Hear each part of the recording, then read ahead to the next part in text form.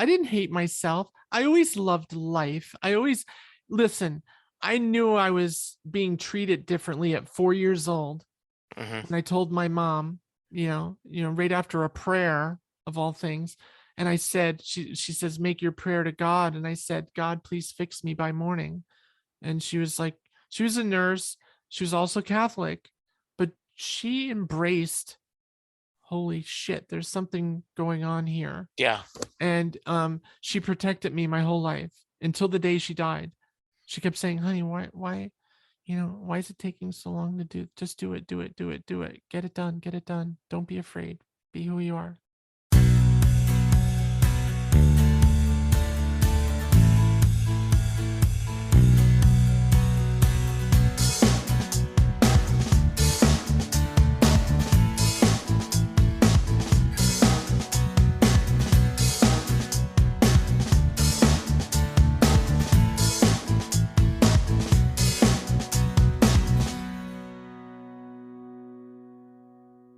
Yesterday, Amber joined me on the podcast and we talked about her music career and her experiences with her mother fighting Alzheimer's.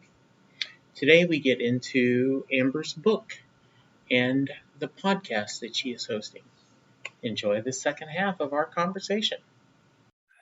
Amber, I want to tell me a little bit about the book. So it's Hiding from Myself, my complicated rebirth into womanhood in my own skin. Yeah. So what we haven't talked about so far is that when I was birthed, I was assigned male at birth. Okay. And I never thought of myself as a boy ever, not even once in my life. I had to play the part for many years because society is kind of crappy to people. Yeah. They didn't understand it back in the day. There wasn't the proper nomenclature to begin with. But what made it worse was all of these ridiculous ideologies that just can't be real. It's got to be a mental disorder, blah, blah, blah. Well, obviously, all of that has been medically disproven, over the years. And so I went through something called transition, where you take hormones. I'd been secretly taking hormones since I was 21, because I just couldn't bear another day that I went through the wrong puberty. It was gruesome for me. And people in the music business knew who I was. They Yeah. knew that I was honestly, I had a parade around for some of my career in boy mode. But they knew, some of them sort of said, oh, that person's gay, but I was never gay, because how could I be gay if I'm a woman and I love men, right? Right. You're not gay. You're gay if you love women and you're a woman. Right. Because my brain was hardwired female, and that does happen in the second trimester of pregnancy. It does happen. Your body differentiates with your genitals and reproductive organs in the first trimester. Yeah. That happened for me, but for some reason the second trimester everything went haywire.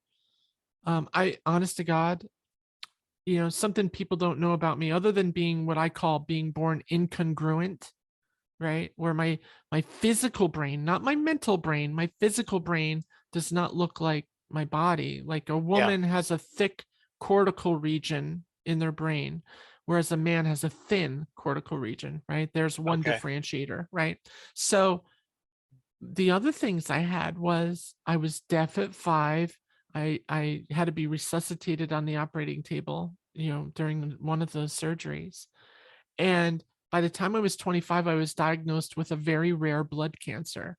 Mm. So at 25, I felt my life was over. And I was just going to do everything I freaking could at that point. Yeah. I dove into everything. And I was still too afraid to tell the world, which is why the book is Hiding from Myself.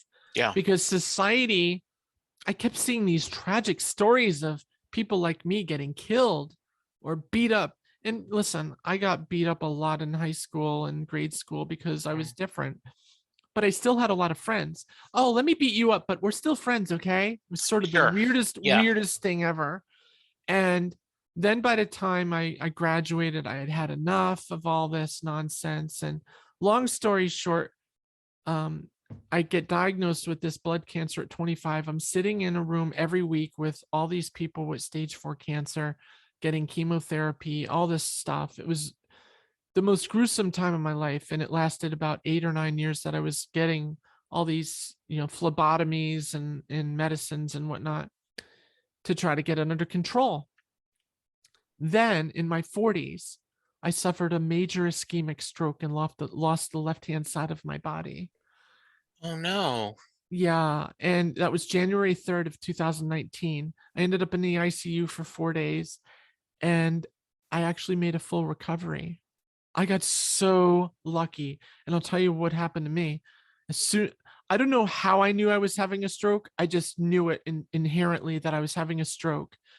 And I had in my purse, I had a pill, an aspirin, and I chewed the aspirin and left it under my tongue, and that helped break up the clot a little bit. They still administered TPA and said, we have to inform you, we're going to give you TPA if you say yes. We just need to let you know that there is a percentage that you will die from it. And I'm like, oh my God. And everything just raced through my head all at once. And I said, just do it, do it, do it. And one thing led to another, and they saved my life. And then they found out the reason I had my stroke was I was also born with a congenital heart defect. I had 2 holes in my heart. So I was born with 2 holes in my heart. They didn't find out until after I had a stroke. So I had to have 3 heart operations. Wow. After that as well. Thank God that they didn't have to open me up. They could do it through my legs laparoscopically. Yes. And but those 3 wreaked havoc on me. I was transitioned, and transition, for those that don't understand it, is you're already a woman. Trans women are women, trans men are men, period. There's no conversation to be had.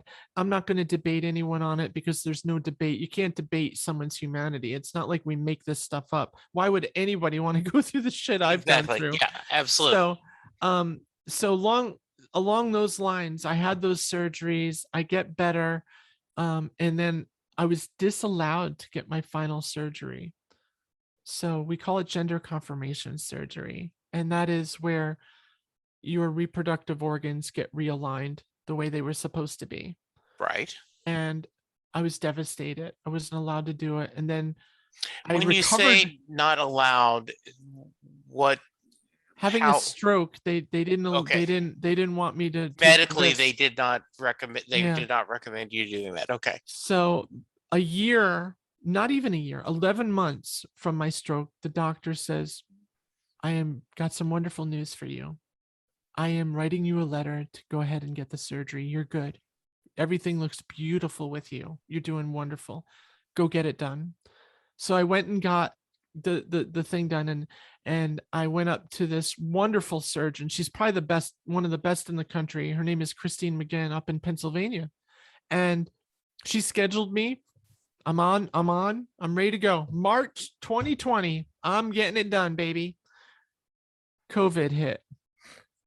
Right? Yes. So, FML, right? That I was saying FML the whole time, and you can imagine what those words mean. And I was like, you got to be kidding me. I was just, delayed here, and now I'm delayed again and again and again. And so one thing led to another, where I was able to finally get it August 4th, which is 2 days after my birthday. So I had a second birthday on August 4th, and I actually got it done just about 2 years ago on August 4th. And it's been it let me tell you something. When you're incongruent and you finally get to taste what it's like to be at least a little bit more congruent. I'll never be 100% congruent. There's nothing I like about this. In fact, going through cancer, going through the heart operations, going through my deafness, all of those things that I went through are easier by a long shot than being born incongruent. And that should really make people go, what is she talking about? Because the reality is that being born incongruent like that is just so hard, because it's the most primal, primitive part of your humanity, and it's nothing's jiving. You're missing out on all of the wonderful things that you would have if you were born correctly in the first place, in either direction, whether that's Right. male, female, whatever, right? So that book is all about that. And I was lucky enough to get people like Colin Mockery and a few directors and producers from Hollywood to endorse the book. And it went number 2 bestseller for quite a while. And I was just so, I don't really care about the number 2. I just care that I got a lot of wonderful mail and reviews from people that said, thank you for writing this book, because my daughter is going through this this is a problem right now because we live in a very religious community and blah blah blah. And so the book really was something for people that don't understand it. It's not written for people like me. It's written for people, and excuse me for using you as an example. It's written for people like you or whomever, right? Yeah, sure. Other people that need to really understand, what is it like for a person from birth to whatever age they are when they wrote this? What is it like along that whole journey? And what are the really difficult, gut-wrenching things that a human being has to endure? And you sort of get empathy about yourselves. That's why I'm an advocate. I don't get political on podcasts, but I'm an advocate for things like Black Lives Matter and LGBT rights and pro-choice and all of these other things. Like, really we want to prevent abortion, but yet if we tell a male to go get a reversible vasectomy, he can't do it. It's so bizarre. And I'm in Texas, so Oh, of course, it's not there's a the good, big deal. it is not a good time right now. It's a dark time, and Yeah. yeah, and listeners, skip ahead about Yeah, 5 let's skip minutes if you ahead. don't want to hear political. But Yeah, I don't like it. Yeah. we want to stop unwanted pregnancies, but we don't want to fund sex education. We don't want to have easy access to birth control. No.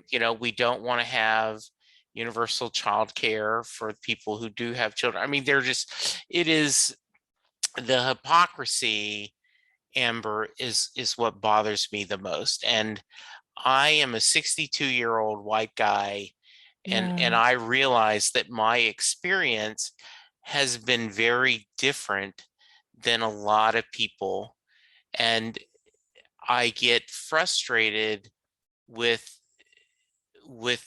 my peers, other people that can't see that, cannot see that I don't understand your journey. I don't understand a young African American male's journey. I don't understand, and to not have empathy and to Yeah. not have an open heart just makes no sense to me. And it bothers me a lot. And so I appreciate, I've added your book to my wish list on Amazon. I look forward to reading it. The reviews look amazing. They say it is a funny and insightful book, and so I look forward to reading your story. And I say good for you for sharing. And because I I do know enough that there are people out there hurting, and that they need kind words, and they need, it's okay, they need to be told and to believe it's going to be okay. What you're going through now may seem dark, but there is a future where things are going to be better. And there's a stigmatism, there's a stereotype, there's a mythology, there's misinformation through the roof with this whole subject of what it is to be trans, for example. And one of the things they say all the time is that it's not my fault you're confused, or they'll say, it's not my fault you hate yourself. 2 things in my life since birth that I've never been is, 1, I've never been confused. And number 2, I've never hated myself, ever. I didn't hate myself. I always loved life. Listen, I knew I was being treated differently at 4 years old. Mhm. And I told my mom, right after a prayer of all things. And I said, she says, make your prayer to God. And I said, God, please fix me by morning. And she was like, she was a nurse. She was also Catholic, but she embraced, holy shit, there's something going on here. Yeah. And she protected me my whole life until the day she died. She kept saying, honey, why, why is it taking so long to do? Just do it, do it, do it, do it. Get it done, get it done. Don't be afraid. Be who you are. And I just love her so much. And my whole family's that way. Now, I have no kind words for most of my relatives. They've had, and I don't mean this in a bad way, because to each their own. I believe that everybody, whatever path you're on and whatever belief system you believe in, and it helps you be a better person, or whatever it is you need to latch onto, that's wonderful. But I want to explain there's a difference between religion and spirituality. Those are not the same thing. They are two different things. But when your relatives have so much religion, and I'm going to swear again, I hope it's okay, when they have so much religion shoved up their ass, Yes. that they treat you horribly and try to disown you as if you're doing some sinful thing, which I'm not. Yeah. That's when you have to sort of say, gee whiz, there's 4,200 religions in the world. There was 15,000 years of polytheism, the belief in multiple gods. You're right. Then 325 AD, Constantine said there will be one true God that we all follow. And then the Council of Nicaea said, well, here's what we'll secretly put in the New Testament, and here's what we'll leave out, and men made a bunch of decisions on what they're going to put into this book. And then you look at Christianity itself. I can speak poorly to Christianity because I was one my whole life. Right. The thing is that it's splintered into 33,000 denominations. Yeah. That's a real number. People say, oh, come on, Amber, look it up. It's 33,000 different denominations, because Christians can't even agree with themselves as to what their interpretations are. And here's the way I put it to everyone. I said, if God is this engendered he thing that we make God into, we always call God he. Why? Because we've always been in a patriarchy, right? Yes. And so when you really think about it, which of the 4,200 religions is the real one? Well, the only reason that somebody in Des Moines is a Catholic or a Christian is because they were born in Des Moines. Had they been born in Saudi Arabia or somewhere else, they'd be a Muslim. Yes. There's nothing wrong with that. I've read the Quran. I've read the Old Testament, the New Testament, the old Jewish writings. I've read all these different religious books and studied for 32 years on this subject, because I wanted to know why they hated people like me so much. Yeah. And it turns out it's all a myth in the first place. Not just the books, but the actual idea that being trans is a sin. There's nothing in the Bible about it, ever. In fact, there's nothing about homosexuality in the Bible, and I proved that to them. And now everybody sort of knows that was false in the first place. But enough of that, because I want to get into some of the fun stuff that I'm doing. That's kind of a serious conversation. And so let's go back. So you shared a little bit. You are talking about moving forward with a podcast. So show me what's next on your journey, Amber. There's two things right now. One is the Overcoming Stage Fright in the New York Minute. That's the next book I'm working on. Okay. And it's written specifically for everyone. Okay. It's written for actors, actresses, comedians, musicians, vocalists, Broadway actors as well, live performance. And it's also written for the person that has to give the speech at the wedding, the toast at the wedding. It's written for the person giving an investment speech investment speech, for a product that they just created, and they need venture capital, right? Yeah. So it encompasses everything. School teachers, you name it. Anybody that has a social anxiety, because the reality is there is no such thing as stage fright. You're not afraid of the audience. You're afraid of yourself. That's the thing that people will learn in my book. There's a lot of interesting stuff in here, and the techniques that I use and that I have taught people in the past to use when I was helping them actually work. And they say, thank you so much. I never would have thought of this. It's sort of like looking at a sneaker and saying, this would work a whole lot better if we had a shoelace on this. Yeah. And then the guy that invented the shoelace is, it's incredible how these little tiny tweaks work. Right. And so I came up with a little tiny tweak that is so simple that most people go, why didn't I think of that? And the other part is this podcast. It's called The Journey Unscripted. And I'm very excited about it. It premieres in 2 weeks on the 20th. And it's really a new short form show. It's quirky, hopefully hilarious, and it's suited for people on the go. That's why it's short form. So the topics are some of the most goofy WTF moments that people experience, and I handpicked some of the most extraordinary off the wall topics I could think of. And just a quick lineup of some of the shows.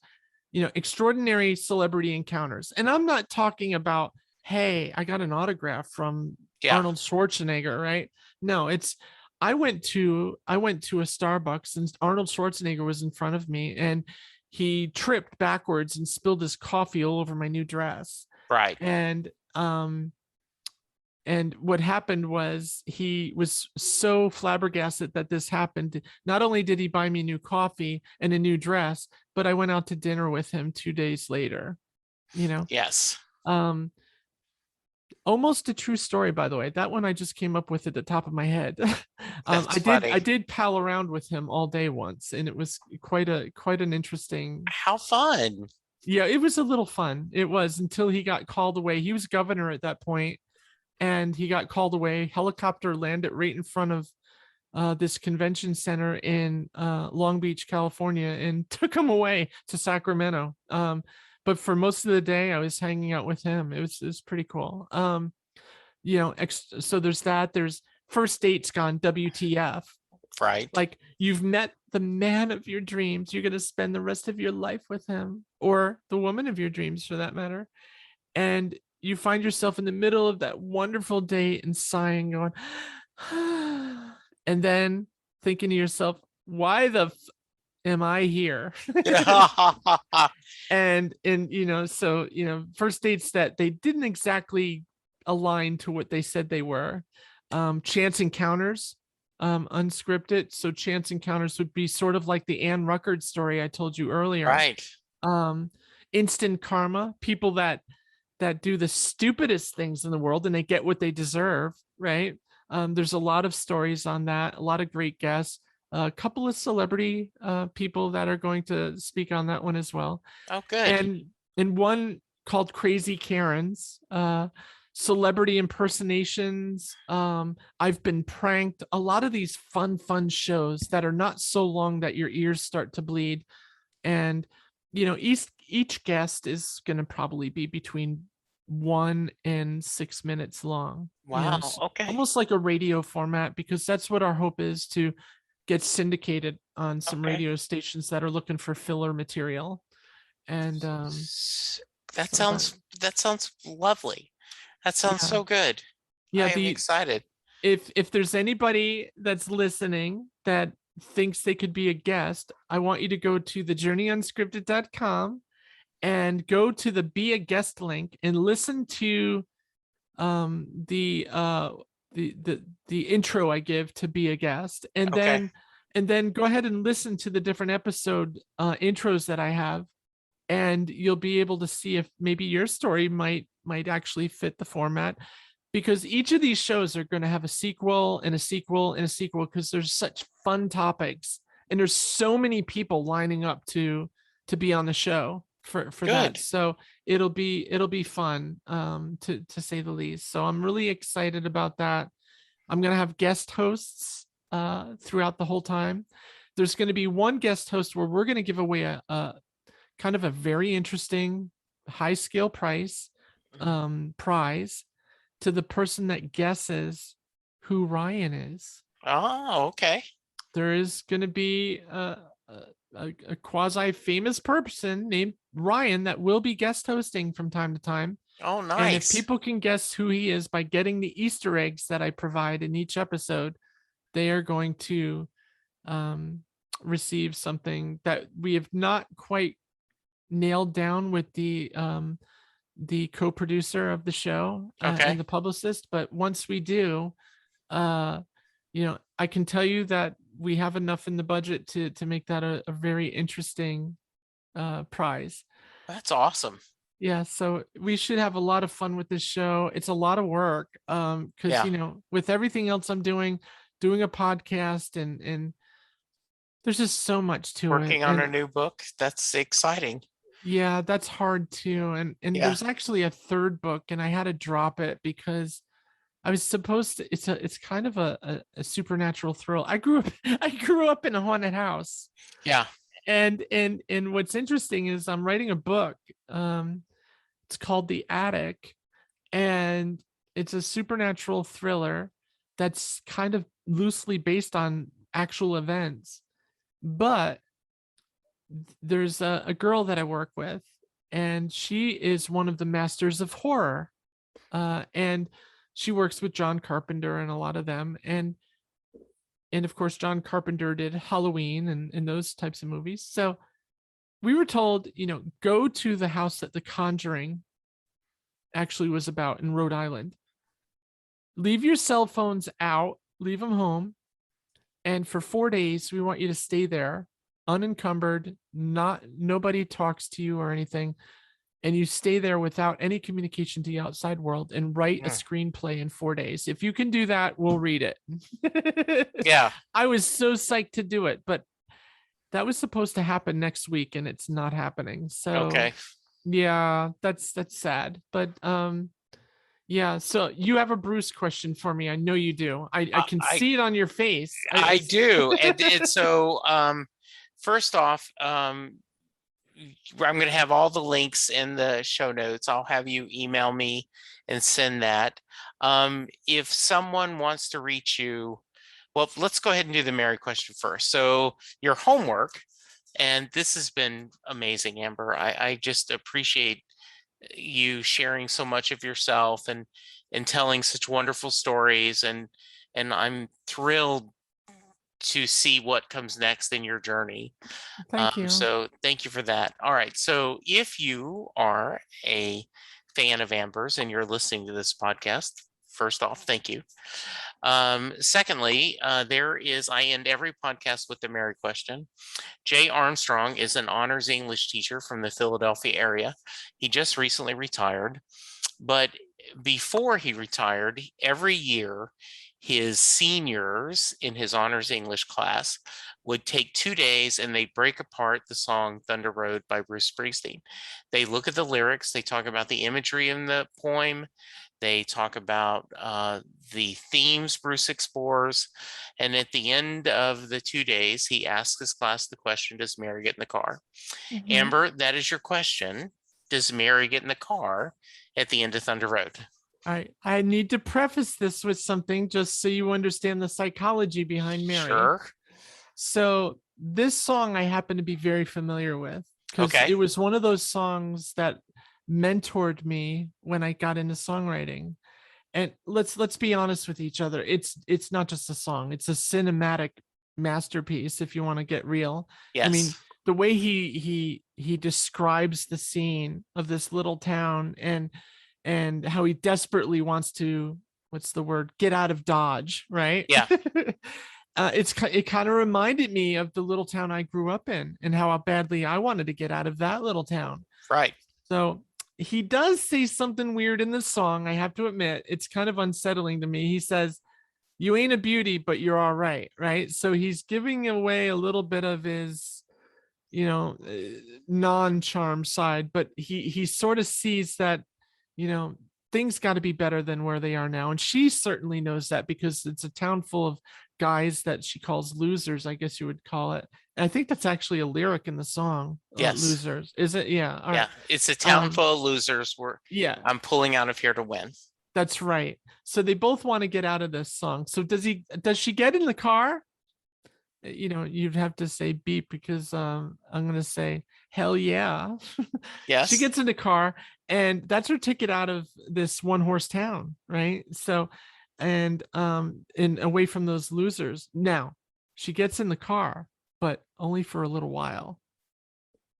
That is her medium out of there to get into this whole new world. When she discovers this whole new world, the sequel of that song that was never written is that she thanks him profoundly for what he did, but he's kind of a little bit shallow himself, but he's also honest, to a fault, by saying, all I have to offer is this car and the road Yeah. ahead, I'm right? no So hero. That's understood. All I can even. Yes, wow, exactly. yeah, I exactly. think, yeah. I can't believe I remember all this. And he said that to her. So I think she gets in the car, she gets out of Dodge, she starts her life brand new. Um, I have to be honest, when I first heard the song, I thought that he was talking about ending it all, sort of like Thelma and Louise. Okay. I sort of had that through my head, like, oh God, he's had enough, and she's gonna join him for that long ride to nowhere. And then I listened to the song several more times after that, because I think that song came out in the 70s, right? Yes. And you know, the interesting thing is, as I got older, I got a little bit more into lyrical structure and what the meaning behind it is. And the best lyrics in the world are the ones where everybody can come up with a different story Yes. and come up with a different opinion. And there is no right or wrong answer. That's the beauty of it. And I think that's your trick question here, is there really is no right or wrong answer. But in my view of interpretation of the song, yeah, she got in the car. That's so. If you got a few more minutes, Yeah. what's interesting is, I've been asked by a couple of people that if I was ever lucky enough to get Bruce on the podcast, would I ask him that question, and then would I quit asking it? And I said no. Just because Bruce has an opinion doesn't mean it's necessarily right, because Yeah. you write the song and then you put it out to the ether, and then everyone picks up the meaning the way they are. There is a wonderful story that Melissa Etheridge tells, Mhm. that she talked about that when she was going to do her first MTV special. They said, who do you want to join you? And she said, well, I'd love Bruce Springsteen. And Wow. they came back and said, yes, Bruce is willing to join you. And what do you want to do? Thunder Road. I And they're bet going to you. do, yeah. And Oh my so, God. she's telling the story that she was, in her words, in the closet. And Mhm. so it was really important um, for her to sing the lines, "Now Mary, climb in," because, Oh, that I'm a woman telling interesting. Mary to come in. So the Yeah. reason I tell you this story is she told the story that in the rehearsals, she kept flubbing the line. She Mm. did not say if Mary comes in. And so and it's a very well watched YouTube video, but if you do Melissa Etheridge, Unplugged, Thunder Road, I've seen it, yeah, by the way. well, and I have absolutely seen it. It if you was in the watch, 90s. yeah, if you watch it again, you'll see when she says, and Mary, climb in, Bruce smiles and nods his head because he was ready to step in, because in all the rehearsals she didn't, and he had to say the line. Oh, And she shared wow. that story, of how much he has meant to her in that song. So I thought that was just absolutely a great, lovely story. That's beautiful. Yeah. Wow. Yeah, I like that a lot. Wow. So Amber, this was amazing. After the podcast goes live, and we'll have to have you back on, and we could talk about it and share some stories to go. Continued success. I am looking forward to the book. I am looking forward especially to the new book, because I know what it's like. And it was an interesting story. I've done a lot of public speaking, either in, for my job or at Yeah. conventions. I do a podcast, and I was talking to a buddy, and he said, I'm going to have to speak at my parents' 50th wedding anniversary, and I'm really nervous. And I said, Wade, understand that every time I speak, I am nervous. I have an anxious stomach. I may have to go to the bathroom multiple times every time. I said, but that's your body telling you to get ready. And so it's perfectly normal. And he was like, that makes me feel so much better because you always look so relaxed up there and you always look so comfortable. So I am looking forward to reading your stories and your techniques, because it is one of the things that people are afraid of, right? There are people that dread, and the reality is we all have stories to tell, and I want people to be comfortable telling a story. Yeah, I have about a 2 minute, well, maybe 1 minute story. Sure, please. That I think you and your audience might get a kick out of. I Yeah. was in New York City for most of my life, and I was in Soho. All right, and in Soho, it's a pretty cool place. It's a hip place, and Right. a lot of actors, actresses hang out there. All your music venues are there for the performers. And I was in this one club, and I'm sitting down and I'm with a few friends, and we're going to watch a comedy show. Okay. And I knew the owner of the place, good friends with him. And he walks up to the table. He goes, isn't this just effing horrifying? He was one of those, he's Greek by nature, love him to death. And when he says hi, he says, "Ah, the F are you?" I mean, he's one of those people. He very much makes New York accent stereotypical, right? He is the quintessential, New York accent. And he goes, I said, "What's the matter?" And everybody at the table, the three of us look up at him, and he goes, my night just got really bad. And we're like, "Why?" Because the person that's going to announce these comedians has dropped off. I have no MC. I have nobody. I said, "Why don't you do it? You can do it. You own this place, for Christ's sake. Get up there and get that New York accent going, and go get him, boy." And he goes, "Oh, hell no." Now, the club could hold, I don't know, 400 people. Right. Maybe a little more. And he goes, "Why don't you do it?" And then everybody at the table says, "Oh yeah, why don't you do it? Just do it. I mean, how hard is it? You do it for concerts." I said, "All right, I'll do it. Don't worry about it. Just give me a list." He puts the list right in front of me. As I'm reading, and it goes, 5 minutes improv, last introduction of first act. And then at the end, 5 minutes improv, and then next act, and then third act, and so on, and then wrap up. And I'm like, "Oh, no, John, come here.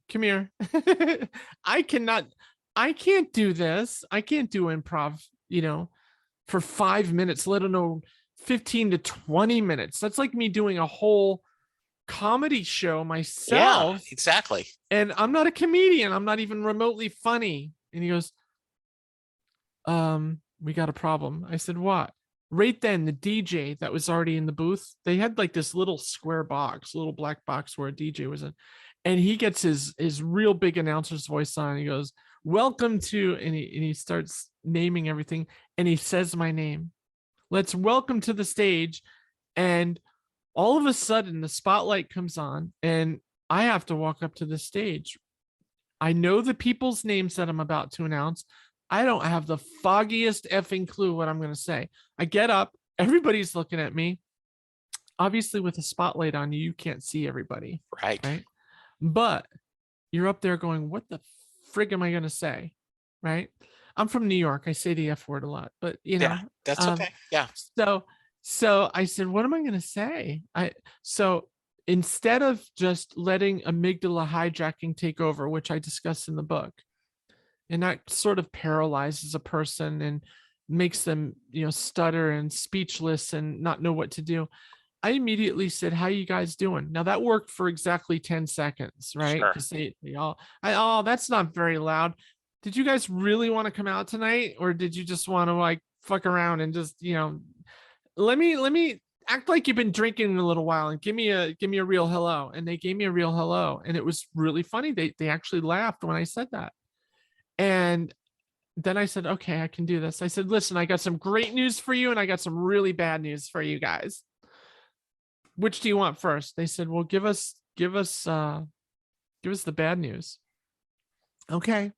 The bad news is I'm not funny. I'm not even remotely funny. I don't have the foggiest effing idea of what I'm doing up here.